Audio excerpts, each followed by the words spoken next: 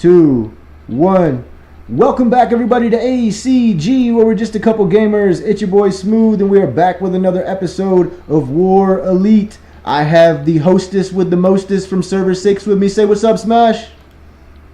Hello, good morning, guys. Hope everybody having a good day and enjoy yourself in War Elite. Yeah, buddy. So today is going to be a little bit different than usual, guys. Number one, we're not going to have any background music. All right, that's number one. Number two, we're going to be full screen mode so that everybody can see everything. And the third thing is if there's a little bit of a lag, I apologize, but I am sharing my screen with the teacher, as he is so formally known as now by multiple players. No. I'm no teacher.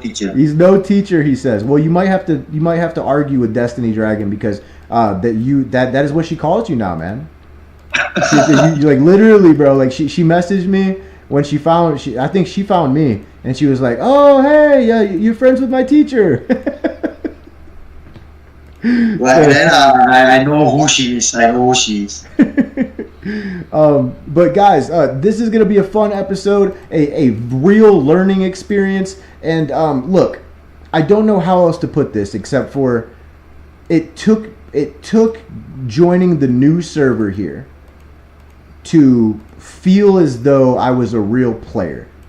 I know that sounds crazy, right? Because I've been with Smash and them for a while, but you see, when I joined, there was no phases. It was all one phase. Everything had already been done, and I didn't feel like I started from the bottom. I felt like I didn't earn anything.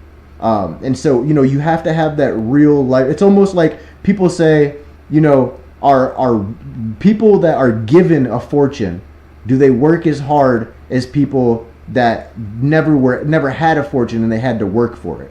And the general consensus usually is it's the people that were not given anything in life that, they work harder because they had to work harder their whole life.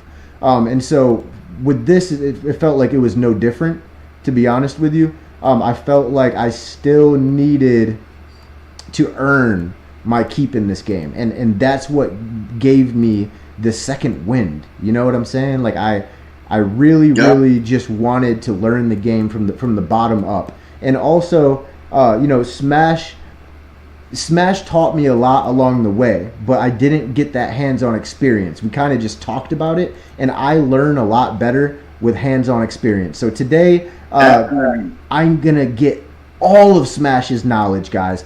I'm going to ask him a million questions. His brain is probably going to be bleeding a little bit after this. And I do apologize about that. But it needs to be done. So, all right.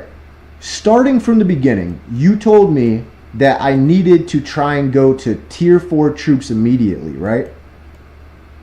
Yeah, that's for the beginning stage. Okay.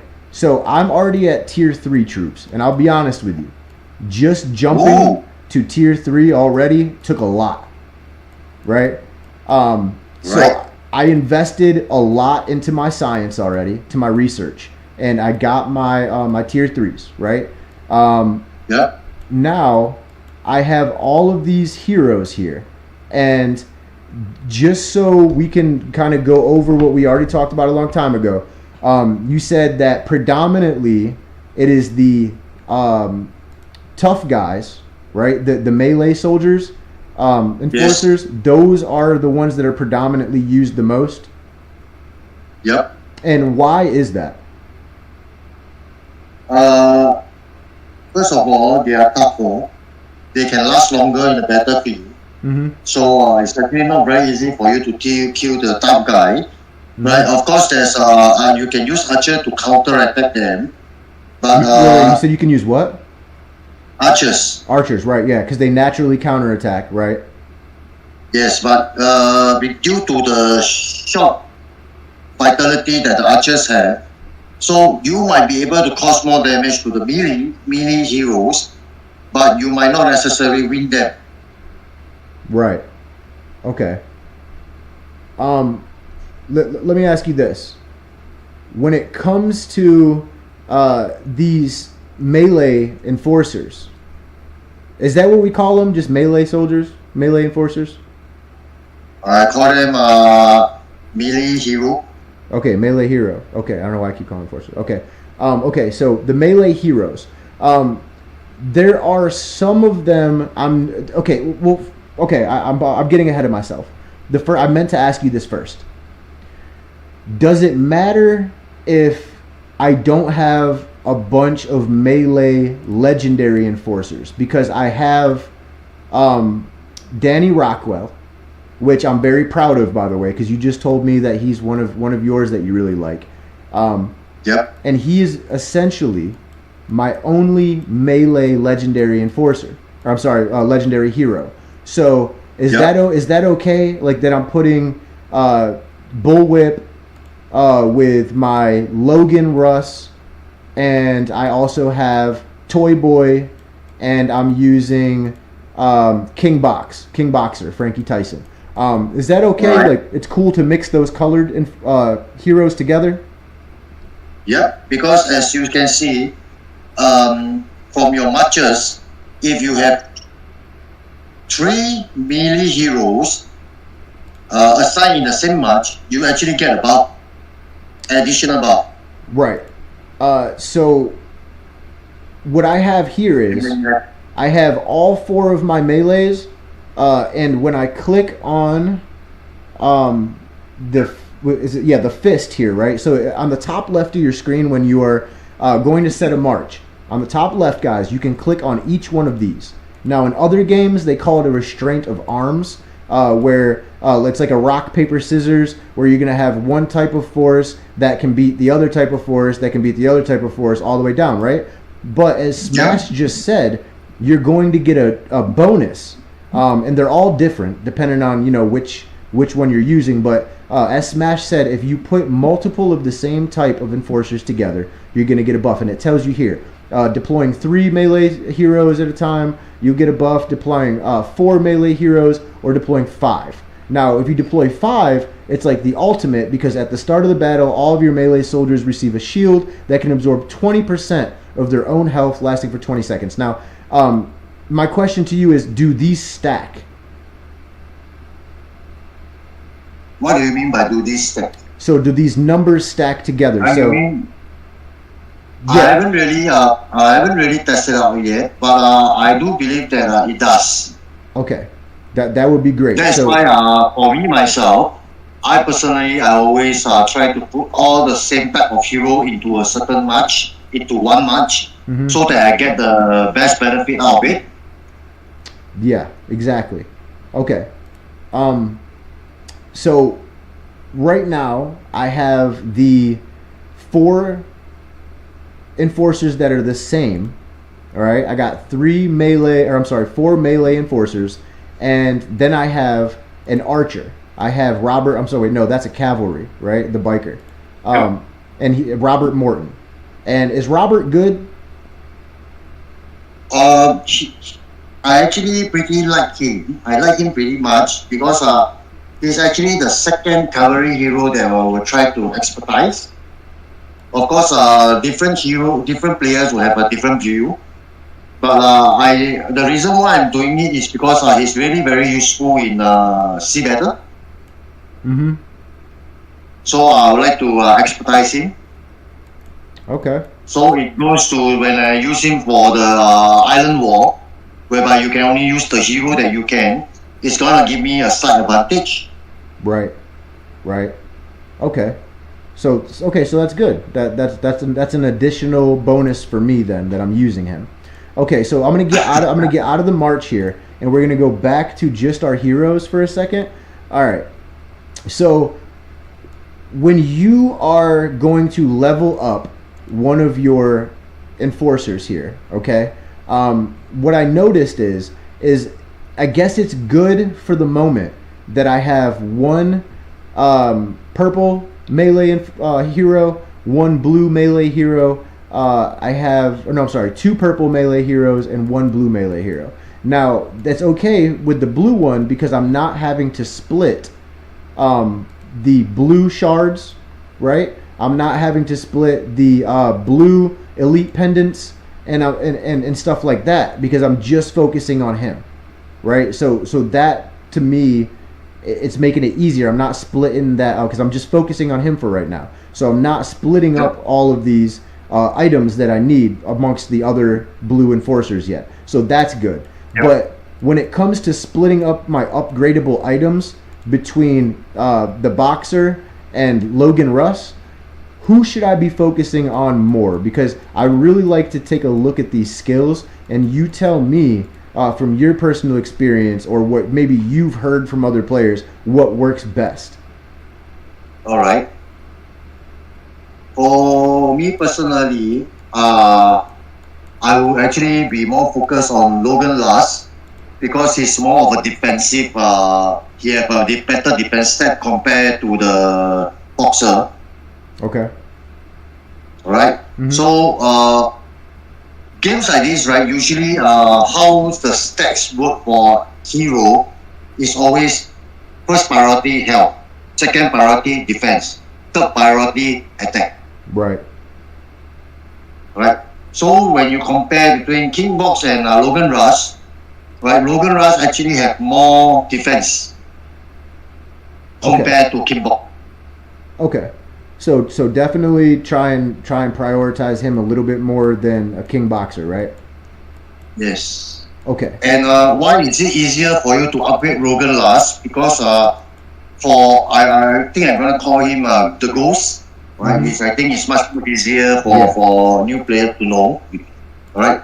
Because you do actually get his fragment from the detective by completing your detective. Yes. Yeah, you're right. Yep, I'm looking at it right now. And they're easy to get. You don't even have to attack sometimes. You can just send your planes out and they'll get them because it's real easy. It's really easy rescue missions as well. Yep. So that's why my first preference will be the Ghost. Okay. Now that we have that figured out, some of the things I was going to ask you about really quickly, have you noticed, and I don't know if it's just in server 9 right now, but when you do your detective agency, you're getting a crap ton of legendary hero shards? Is it like that there? Yeah. Yes. Ah, okay. And is it just because of an event is going on, or it's something that they updated where they... It was there all along. It was one of the things that I believe the developers did to help free-to-play players to collect the legendary fragments to make it easier for them to be able to level up their legendary heroes to 5-star. So what you're saying is the community spoke and said, hey, us free-to-play players need more legendary heroes, and iFund said, okay, here you go. It's more like that. But of course, you do not get all the legendary heroes from the detective, right? This I have to be very frank upfront. Right? You practically just get a couple of different fragments different type of hero fragments from the detective store. There are certain heroes that you can actually only get through certain events. Yeah, I'm noticing. I see the Preacher, and I also see Robert Morton.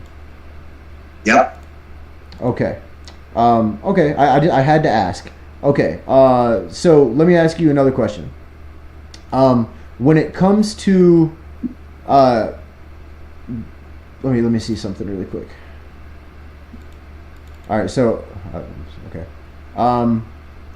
When it comes to my skills, I have been leveling them up evenly, right? So for instance, I'm on Ghost. When I'm looking at Ghost, I'm leveling up all of them evenly, but I also don't want to not take advantage of the most powerful skills. Yeah. Is there a way to know which one is the most powerful skill or the most effective in battle? Or as you can see, right, there will be the active skill. Mm-hmm. There will be the passive skill. Right, so first you all have to differentiate these two types of skill. Right, active skill is more on dishing out an attack, a kind of skill that they will just cast. It's like a spell that they will cast out onto their opponents. Yes. Right. passive skill is all along. All along, as long as you have this hero in your match, they're actually gonna their troops is actually gonna be getting this kind of additional buffs from the skill. Mm-hmm. Okay. So for me, I will usually do it on one active skill, and then I will do it on one passive skill. Whenever I have to send back to upgrade the heroes. Wait. But for the passive skill, I think I'm confused. Are you? Wait, what? Will you say that all over again? I'm sorry. I thought I understood what you were saying, but apparently I didn't. alright. For heroes, there will always be one active skill Yes. out of the 5. The first one will always be their active skill. Right. This is the skill that they actually use this skill to cause damage to the enemies. Okay. So the first skill is the one that does the damage to the enemies. Yes. Okay. Then there is another 4 more skill, because every hero have 5 skill. There's another 4 more skill which is passive skill. Mhm. It's like the skills that actually give you additional buff for the hero with the troops. Well, wouldn't that be more important to upgrade first then, because it's constant instead of your active skill that only takes place when you use it? But if your active skill is weak, you do not dish out enough damage. Okay. You will always be taking a lot of damage. Okay.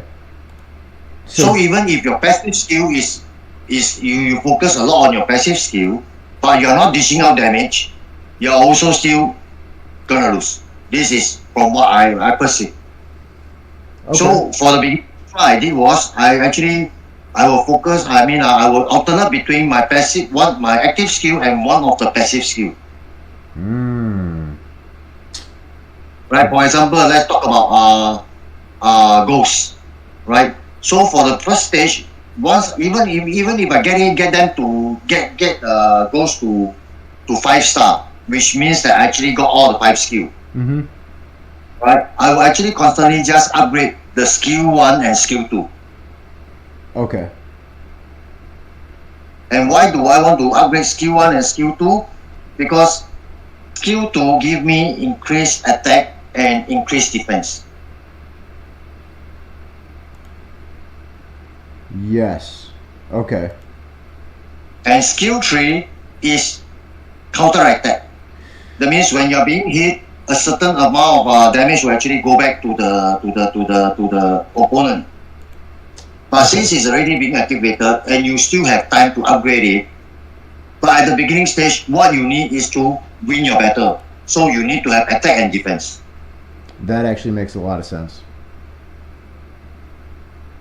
That makes a If lot. you're talking end stage and if you're still at the later stage of the game and you still haven't maxed them out, then something is wrong. You are doing something wrong. Oh wow. Well, that's good to know. So I wish I would have waited before I put some into my third skill, but we're just getting started, so I guess it's not too horrible. But dang it. Then of course, if you guys are active and you are constantly collecting items to help you upgrade your to level up your hero skill, then there's no harm putting some into certain. You can have the option of alternating between 3 or 4 skills. But if you have limited time, as we all know, not everybody spend time on a game on a long hours basis. It's best. My advice is best that you alternate between 2 of the most important skill. First one will be your active. The one will be one of the passive that you selected. Okay. Right. Of course, for spender, you have no worry. Right. You can just practically do whatever you want with your hero. That's true. That's true. Well, yeah, you know me. I like to gear everything towards the majority. So we're gonna go ahead and say the majority of players, they're not gonna be able to spend a bunch of money. So let's always, right. we're gonna always make sure that you guys get the best advice. One thing that I've been through before, like we try to balance out all the skills, even all the the levels of the hero. Mm-hmm. This is human nature. I think it's some kind of like a sickness that we want to have everything the same. Yeah. Yeah. Like the same level, the same level of the skills. So a lot of players tend to go down this road. They tend to move towards this direction. And then there will be some players that will actually play like me. And when these two type of players meet,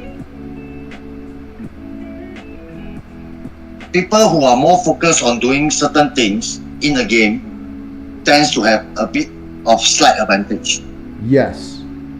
100%. Because these people actually study the game. Well, I'm looking at the what's it called? The capacity, or I'm sorry, what is this thing? Oh, the ascending the tiers. And one thing that I wanted to just note here is they did make a change.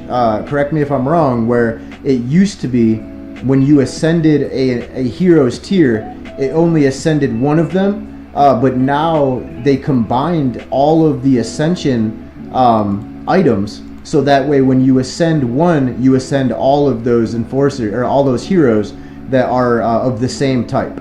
So I've got, basically all of my first force, essentially, right? All 4 of them, minus Robert Morton. When I ascend one, it ascends all of them, right? And you can see here, guys. You guys have it easy, okay? Yes. We have to ascend one by one in the past. Yes, dude. Listen, look, normally I would feel bad. I would be like, oh, I'm sorry, man. But, dude, this is awesome, man. Like, this is great. And this is another one of the things kind of similar to the martial arts dojo or whatever.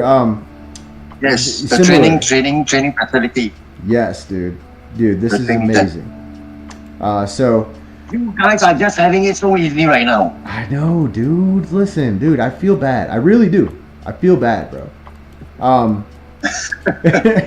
Now, another question I have for you is, can we talk about some of these other enforcers, or I'm sorry, these other heroes, and why they are so important, even if they're not the ones that I'm using in particular? The first one I want to talk about is the overall hero. When I click on overall, it says this hero has average abilities, but is suitable for various tasks.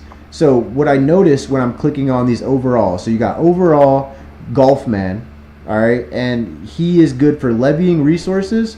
And then when I click assist, it says weakens the enemy or provides buffs for your allies to give your troops the advantage. So my question is, they make that sound like, if you're not going to have all, like, for instance, I'm using melee, right? Now, I only have 4 melee enforcers. I've been focusing on them. When I hear overall and I hear the word assist, and then it says provides buffs for your allies, it makes me wonder, is this the type of hero that you need to have with the other 4? Because he's going to provide extra buffs to those other 4? Alright, as you can see, this is from my own personal understanding, which I haven't yet to really experience much of it yet, because we don't really have a lot of, I don't really have a lot of players to test it out with me. So as I see that for every match we can actually assign 5 heroes. Alright, so yes, we know that for the same type of heroes we assign in a match, we get the buff that you have just shared early on. Right? Yes. But is it that when we mix and match different types of heroes in the match, it actually have a different kind of effect? Wait, I don't understand. I don't understand what that means. What do you mean? For example, I have 3 melee heroes and 2 overall heroes in a match. And that's what you use in your first march? Oh no. My first match is all melee hero. Okay, so it's not something that is done really in this game to put a assist hero with 4 of the other. You're better off doing all 5 of the same kind. Yep. Okay, because I'm just trying to figure out why. But then again, I feel like there's a huge difference between PvP and fighting the NPCs, right? Yep. It gotta be.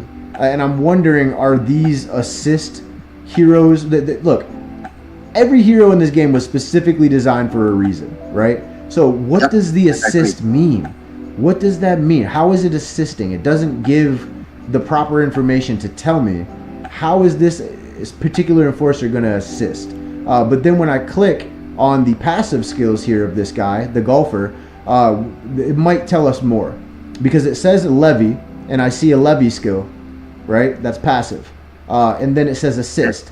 Hero's attack power increased. All right. And then it says command troop attack increase. All right. And then the last one, disguise. Hero's individual health increase by 6%. Are these all going towards other enforcers in the march? Like, or is it just for him? Because it says him. For him. All right. Yes, because you see, hero's individual health increase. This is just for the hero itself with the troops that they are using.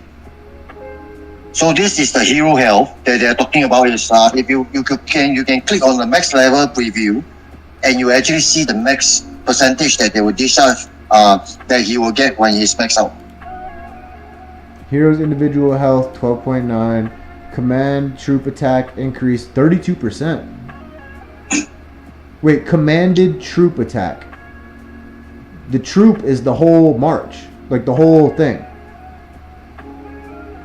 Let me see. Yeah, Which commanded skill are you troop. looking at? Okay, this commander troop is the troops that you bring out on this hero.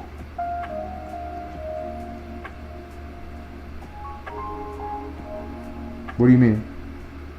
Okay, every hero you can select a type of troop for them to send out for battle, right? Oh, right. Okay. Wait a second. So should I be... Wait, let me look at this. March. Alright, so when I do create squad, in my first march here, I have all different troops. I should be having one troop type on all, so I should be trying to fill this whole march full of one type of troop. The melees? No. It is best that you have the type of troops that the hero is specialized in. Yeah, that's what I'm saying. For saying. example, your Robert Bottom is cavalry. You have to assign cavalry to it. Okay, let me see. Where's my cavalry? Oh shoot. Okay, my cavalry is in there. Okay.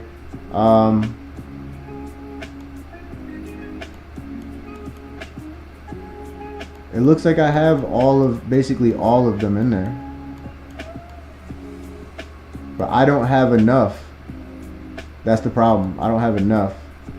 Train more, dude. Train more. During the Godfather event, the first day, train as many troops as you can to get a very good points ranking for the event.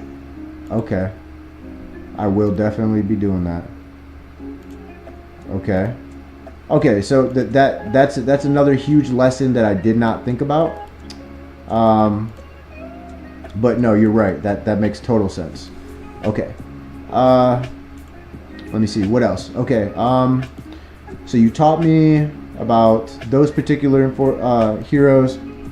Now, let's see. What is the other type of hero here? We have range soldier, maneuver, heal. Okay. Maneuver increases all troop marching speed. All right. That doesn't seem particularly important. Heals team members to ensure the survivability. Who is the best healer in War Elite as far as heroes go? And how do you position your healers in your marches? When and why? Alright. For healer, right, I personally think that the preacher does the most healing. Okay. But of course at the beginning stage, it will be best that you all have Mockingbird, because it's easier to upgrade her. Yeah, she's already 4 stars. Yep. So at the beginning stage, having one healer in your marches actually, because a lot of new players, they probably won't be able to have 5 of the same type of hero in the same match. So it's okay for you to have one healer in your match. Because when the healer heals, it really heals the entire group.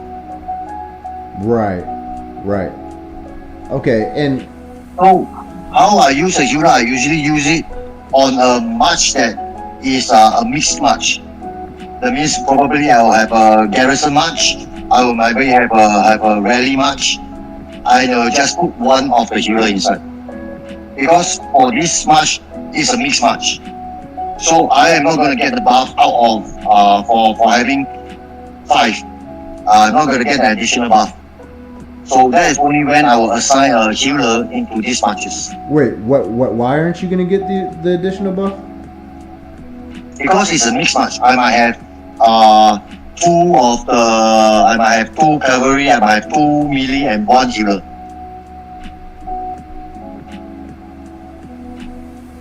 Oh, wait. So you're saying like right now, since I don't have 4 melee, or I only have 4 melee and 4 heroes instead of 5, I should use a healer in there? You could. Do you think it would be You better than having Robert shield Morton? the rest of your melee heroes when they cast this spell. Wait, what? They do heal the rest of your melee hero troops when they cast the healing skill. Okay, so do you think it would be more beneficial to have a healer in there with my 4 melees or Robert Morton? If you need attack, then it will be Robert Morton. Okay. But if you think that it's just gonna be tough, or there's gonna be it's pretty balanced out, then you want to have a slight advantage, you can actually add a healer. But as I have to remind you guys, the more troops you guys heal, the more expensive it's gonna cost you to heal your troops in the hospital. Oh, definitely. Most definitely. A lot of players might not know this information. What And I think, oh, fine, I will keep healing, and then when they heal their troops, it's like, wow, damn it, I have to heal so many troops. I wish that your healers would heal up your troops for you in sea battle. You know what I'm saying? It does. Huh? It does? It does. Yes. But do you see a visible difference where like if you took your healers out during sea battles and used other ones, like you're gonna see that like in your healing? Yes. Oh, because during fights in the sea battle, I have one of my match with the priest inside. Yeah. In the match, so as I'm fighting or I'm being attacked when I'm garrisoning, I do see my match healing. So I will actually see the blood bar. It will actually increase. Oh wow. Okay. Well, that's huge then. That's huge. All right, I'm glad I asked that. But the disadvantage is you might not be able to give out high attack, or you might not have higher defense. That makes sense. Okay. So you guys have to go and decide yourself what are the things that you are prioritizing in each event. Okay. I'm not gonna lie. Looking at Eva, Miss Soft Needles, the nurse, like you would think she does the most heals. You know? Yep. But I still prefer priest. Okay. All right. My personal preference. This is my personal preference. Nothing to. It's not a compulsory that this is the set. I mean the op. All right. Mm-hmm. It's not the op yet. So this is just personal players' preference. Of course, you guys can figure out your own combo in your how you want to place your hero in the match. You guys can still go and play around with it because this game is still so new. that we haven't really, figured out which is the best outmatch to be out there on the open field or to be doing to be attacking structures or to be garrisoning the structures. Well, that's what I was going to ask about as well. So, first question. So obviously, it's saying here that Donnie Hill, he's skilled at dealing lots of damage to enemies with weapons in hand. Can we just kind of ignore that, or is there something super special about him dealing lots of damage that we really need to talk about? Donnie Hill, let me take a look at him. Huh? Yeah, cool fish. Alright, Donnie Hill is a AoE damage hero. So that means when he casts his first his active skill, all the heroes in the enemy march will actually get a certain amount of damage. Okay. So this is one thing that you guys have to understand. I'm also still trying to figure out because there are certain skills for certain heroes that they actually mention that they will only do damage to the heroes that's in the front line or hero that's at the back line. Because I still don't really know which are the heroes that's in the front line and which are the heroes that's in the back line. So I'm practically just only using other events like, for example, the Glorious Arena to test out certain things. Or I can be using the what's that place called? The Black Boxing Arena to test out. If I put certain heroes in my match, where will they actually be stationed? Right. So these are a lot of things that still need people to really go and figure out. I can't be the only one doing all this job. Fair enough. Definitely fair enough. And also, I'm noticing here, Donnie Hill is good for he grants a bonus when attacking rioters, right? So he's your guy that you want to probably have in your, especially at least starting out in a new server. You definitely want to have him in there hitting your rioters. Yep. Okay, and then we have this guy here, Edmund, called the Tyrant. It says he's a tank, protects the team members by taking up a large portion of the damage dealt. Is there any situations in which you'd want to have him in there instead of somebody else? I would have him in the cavalry because of his skill. Mm-hmm. So now I'm actually setting up my team match based on the skills that I see fit to help each other. That means for him, he's taking up most of the damage. I mean, assisting the other cavalry to take certain damage because he's the cavalry tank. So he will be in the cavalry match. And then the other four, I probably try to find those that actually certain that can actually have buffs that actually give defense or increase health to the rest of the hero in the same match. Of course, I also need to have attack. So you can mix and match. There's no fixed combo for heroes right now in the moment. So it's still very open. There's still a lot of people testing out different. But I do believe that a lot of players are lazy. They will just practically I just send out whatever mark that the game recommend. Okay. All right. So then we have the Boogeyman, Jed Traven. It says he's a garrison hero. It says gain a buff when in a garrison in garrison battle. What does in garrison battle mean? What does that mean? It's probably when you are in defending a structure. Okay. All right. So essentially, he's good for the north. Yes. But of course, I have better heroes than him. Okay, so for a free-to-play player, he might be great for the north. Right, but he is one that you can actually set up as a defense for your own base in the near future when you have some other better garrison hero. Because when you send your hero out, they cannot be defending your base. Yeah, it says all cavalry led by him increased damage by essentially 20% when garrisoned. And it says that's a passive skill that takes effect immediately. So as soon as he's in there, you get 20% extra attack for your cavalry. So that's Yes, exactly. I do believe somebody in the dev team loves cavalry. I'm just throwing that out there, because there's a lot of cavalry heroes.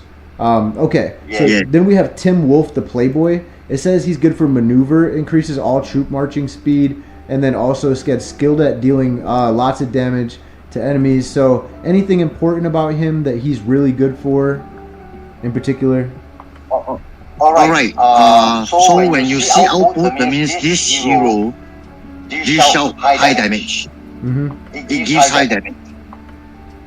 So you see, actually the developers make it easier for players to understand just by clicking on the hero. Just look at your top right, you will see the troops that matches this hero, right? And what type of hero it is. Maneuver, output, garrison, tank, or healing. So it makes them easier for players to understand. So if let's say I'm playing sea battle where I'm just going to paint, for example, against sea battle, right? We have this part where we actually have to capture the ghost ship.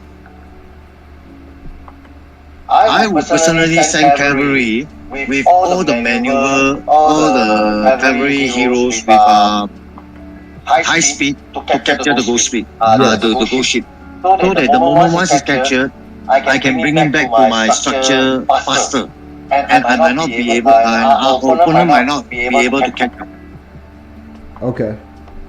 But then when you choose certain hero like maneuver and output, like for example Playboy, that means their health or their defense is low. Right. So in other words, you die easier. Okay. Okay. I also see players sending out like a full troop or bodyguard march to capture the ghost ship. Why? Because they are tougher, although their march rate is slower. So it's still up to every individual player's preference on how they want to play certain event. Right. On different situation. Okay. Which is why there's currently no op for a set of hero yet. Okay. Trying to think here. Yeah, I thought that there was, I don't know why I thought for some reason that there was something special about him, like somebody had told me something about him. But maybe I just can't remember what it was. But it's okay. Alright, so let's see, levy assist, garrison, tank. Okay, sieging. What are we doing here with sieging? Alright, sieging, right, is when you attack a structure. Or when you attack a player's mansion. Yes. So, so this is what it means by sieging. Okay, so do you know, is this guy like a really good Scarface? Is he a really good hero, or?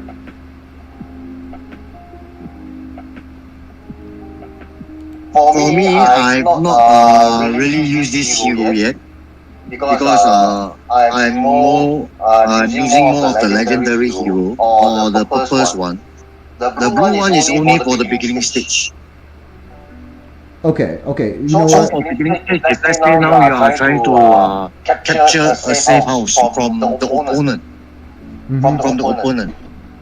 right? So if you are the one who start the rally, I believe it's better to have a hero that has some advantages when they are doing sieging. Well, I just noticed something about him. It says deal an additional 130% damage to stunned enemies. So is there a particular hero that does a lot of stunning that you would pair him up with where it makes sense? Because if he's doing 130% extra damage, additional to stunned enemies, and you've got a hero that is stunning. Like, I believe there's one of them or two of them that stun like the whole front row or stun every so many seconds. Like, that seems to me like that would be your best bet, especially if it's another cavalry hero that does that, to pair them together, right? Because I mean, that's crazy. It does, because when I face this, I do face this hero used by other players in the glorious deep arena or market. Right, I do face them, and it does cause stun. Sometimes it stuns 2 or 1. Every time it casts a skill, one of the hero will be stunned, and this hero will not be able to do anything for a certain amount of time. So it does help. Okay, that's now I'm curious. Now I need to figure out, is there a cavalry hero that does a lot of stunning while in battle, and if so, who is it, and how do I need to figure that out, because I do feel like those two together would be a horrible situation to have to face. Very seriously, dude, like, holy crap. And it doesn't say any specifics, right? Like, I would be like, okay, this probably is not a good hero if it said like every so many seconds or whatever, but it's just saying additional damage to stunned enemies, which is great. Yep. Okay. You can also look at Gentle Criminal. The Gent? The Michael Jackson? Oh, Gentle Criminal, Jane. Alright.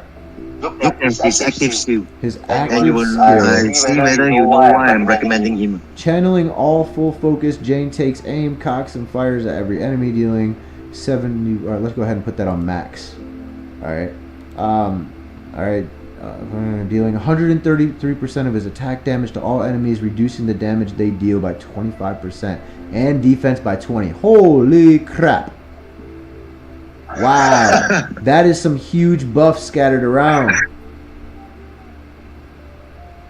Like, huge buffs scattered around. You're talking. So you know why am I recommending him? Yeah, that's crazy. Wow. Okay, so you're taking way less damage. Your max preview is only at level 80. Correct? My max preview is what? What? Your max preview and my max preview is different. Okay? Why? The first dealing 150% of his attack as damage to all enemies. Reduce the damage they deal by 25% and defense by 20% for 6 seconds. Okay.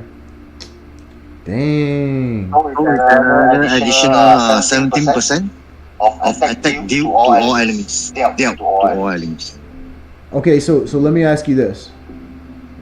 Can you explain Fury to me? Because it says type active, Fury required 1000.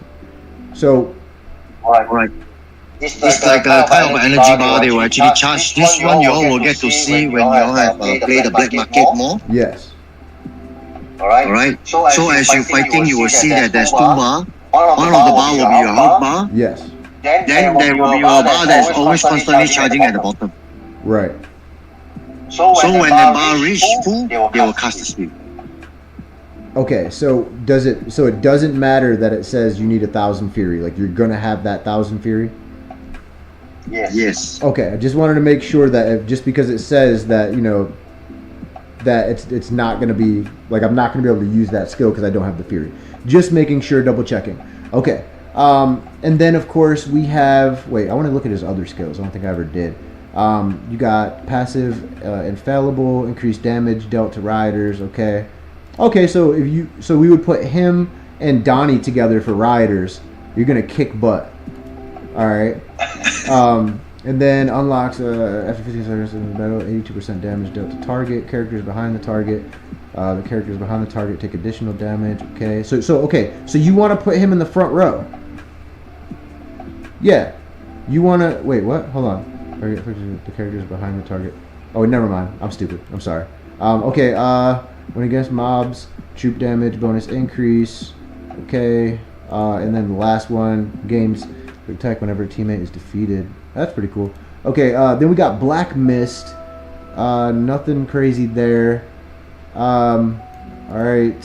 Robert Morton, sieging. Okay, so Robert Morton's another sieging. Ghost is a garrison. Okay. Wait, hold on. Did we look at him? Levy, heal. What's he do? Maneuver, tank. Okay, so it looks like we covered all the ones that I do have. I do have some more questions for you before we get out of here because we got to do this fast, like really fast. Yep. My last one is beauties. Just really quick, I want to go over here. So I already have the my heroes guarding the ones that coincide with the inspiration and the buffs that are attached. Yep. Is there any key at all to the whole leveling them up quicker? I know we already talked about how, you know, we have to have these breakthroughs, right? Items in order to go on to the next level. But I have a lot of beauty items and I don't have a lot of the breakthroughs, right? Yep. Should I just be saving those items for when I have breakthroughs for the other? But basically what I'm saying is I can use these breakthroughs on these other beauties because I have them. But I wasn't sure if I should be doing that or trying to save all of my items for when I have breakthroughs for specific and focus on specific beauties. For me, right, how I actually did my beauty was that in order for me to get the medals for the breakthrough, right, please go to the abandoned mines when you're locked off. Okay. Right? Okay. Let them be in the abandoned mines because when they're in there, they cannot be attacked. You don't lose group. You gather the medals, you gather some resources. So it's always best that the players who are going to go offline for long hours to send their troops or their march into abandoned mines. This can really help you gather enough medals to help you to upgrade your beauties, the blue and the purple ones. Mm-hmm. The gold one, you probably have to use other platform like completing your daily tasks, by purchasing it from the Alliance shop. I believe when your Alliance shop's level reaches a certain level, you're able to actually purchase it. Right, and some of the events that's actually giving out the beauty medals, whereby you can purchase them by collecting enough points. But for the start, you will really give the free-to-play players an advantage if they are doing this on a regular basis. Because by increasing your beauty levels, by being able to break through them to the next level, not only it helps to increase your power, right? It also helps to give the hero that you assign to the beauty as a bodyguard some additional buffs, which can help you in your battle. Yes. So we know that no players can be online 24/7. Right. Everybody needs to. But I don't see a lot of new players having this practice of sending their marches to abandoned mines to make full use of this opportunity, because especially like during queue event, right? If your troops is inside your mansion and there's no server room, your city can be hit. And when your city is hit, you have troops in your city, and when your hospital is full, they get killed, which means you lose them forever. You have to retrain them. Okay, that's good information. That is good information, bro. All right. And when you send this troop to the abandoned mines, they will not be in your mansion, and they cannot be attacked in the abandoned mines. Your troops are safe. Okay. And you get the rewards that actually can help you level up your beauties. That's very true too. Yes, and I have been doing that in this server, and my beauties in server 6 would look so good right now had I done that the whole time.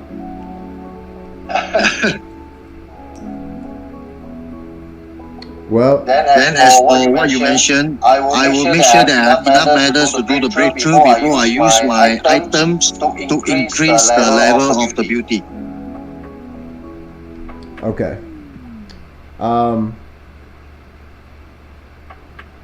Damn. Dude, I wish I would have done that to begin with. Let me tell you, I really do. My beauties would be so much more far along. Well, listen, I do think that we got through a good portion of it, but this game is amazing, and it has so many more features. I want to keep talking, and maybe we can do at least one Save the Noob episode a week until all of it is... I'm retaining all of the information. I know I'm good on everything so far, but there is some more stuff that I still need to ask you, and I'm sure people learned a lot today, so I want to say thank you. I would like to take a moment to thank our sponsors at iFund for sponsoring this content and all content on our channel. If you guys have not downloaded the official, if you guys have not downloaded War Elite, you guys can find the link in the description of the video for the Apple Play Store, the Android Play Store. If you guys have not joined the official War Elite Discord, get in there, guys, because I'm telling you, it's about to get a hell of a lot more fun with a lot more things to do and a lot of great people.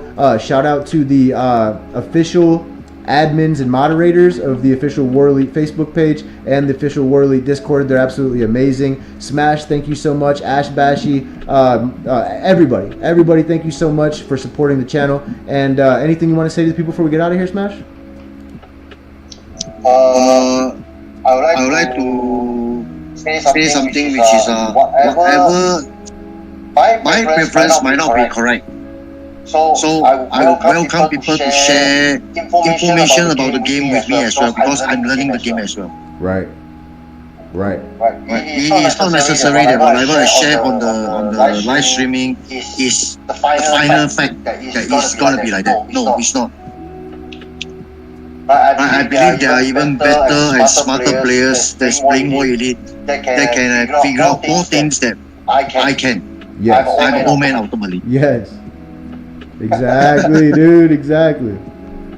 My man, Smash. Well, again, guys, you guys are welcome to challenge us with any and all information that you guys have. If you guys want to come on the show and maybe you guys think that you can teach us something, we are totally open to that, and we would love that. We'd love to hear from all of you. If you guys are in Server 9, I started a server group chat for people that want to do Sea Battle, right? Any and all people that want to do Sea Battle, guys, I'm going to be right there. I've been spamming basically chat, trying to get to know everybody, reached out to everybody, and I've only got to copy and paste to 150 people. Only 150 people, guys. But I promise I'll get to you. If you guys have messaged me and I didn't get back to you, it's because my mailbox is crazy over there in Server 9. But you can always also find me or Smash in Server 6. And I look forward to talking to you guys. And we'll be back tomorrow, same time, Eastern Standard Time. That is 1 UTC. I love you all. And until next time, y'all. Peace. Thank you for watching. You the man, Smash. You know that? You the man, bro. I'm just only answering questions. I thought that was very informative, dude, and it was very chill and laid back. Yeah, it's good to share what I know, how I can help. That's all I can do. Oh, really quick before I end the live stream, dude, do you know about the $0 purchase event? No, I don't have it. Okay, so that must be one for the new server. So they've got this event where you invest 50,000 gold, and if you invest the 50,000 gold, you get a crap ton of rewards.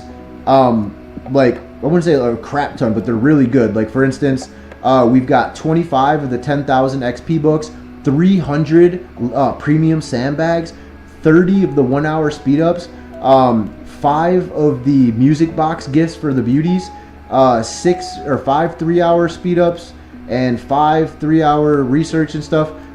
And then you get the Scarface fragments as well. You just get a bunch of stuff, right? But they also give you your 50,000 gold back. But the kicker is, you have to log in every day.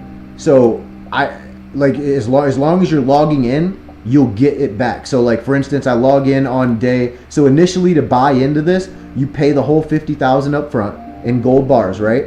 But then on day one you get 10,000 back. On day 4 you get 15,000 back. On day 5 you get 25,000 back. So you get it back. But if you miss out and like you don't log in, I'm pretty sure you lose it. They might send it back in the mail. I'm not sure. I don't know for certain. But I do know that it's a hell of a deal, dude. So I had to do it. So if you guys are watching this and you guys are in server 9 or maybe it's in another server that you're in, totally a good deal. But I do got to run. I haven't had dinner yet. My wife is waiting on me. I love you guys, and I'll talk to you soon.